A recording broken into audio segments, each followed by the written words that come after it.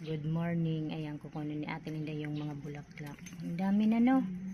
Mabilis lang dumaan Yan. pag ginugup ito. Ayan pa. Dapat gupitan yan eh. Ayan o, ang dami. Ay, marami na naman ang usbong. Oh, ay muna. Hi guys. Bitas muna tayo ng rose. Si Ate Rose. Ang dami. Ayan pa nga yung ano. Masipag silang namulaklak. Oh. Hindi mo maubos-ubos na pitas yun. Yung mga ano.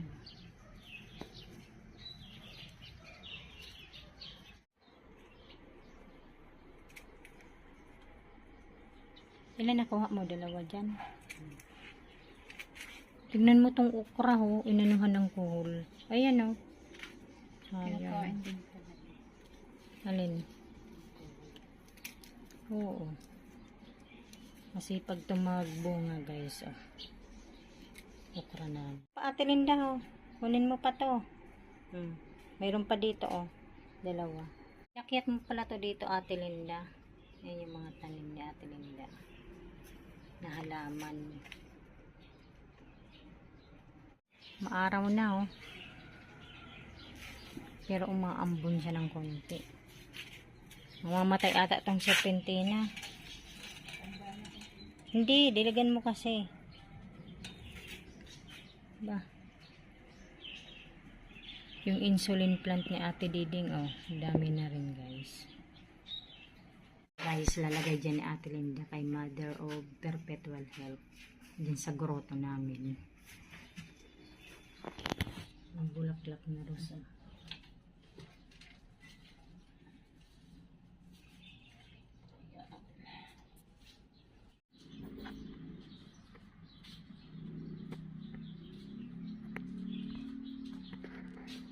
Sabi ko. Yan, magwalis na naman ngayon si Ate Linda. Oh, nakasandals pa yan ha. Dito po pamatay ng lawan. Saan? Ay.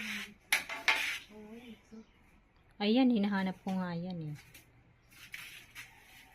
Pala nito Ate Linda oh. Anong tawag ditong halaman? Ayan oh. Tingnan natin na ayos yan yung mga lagay ng patatas guys. Nasira na yung isa ha.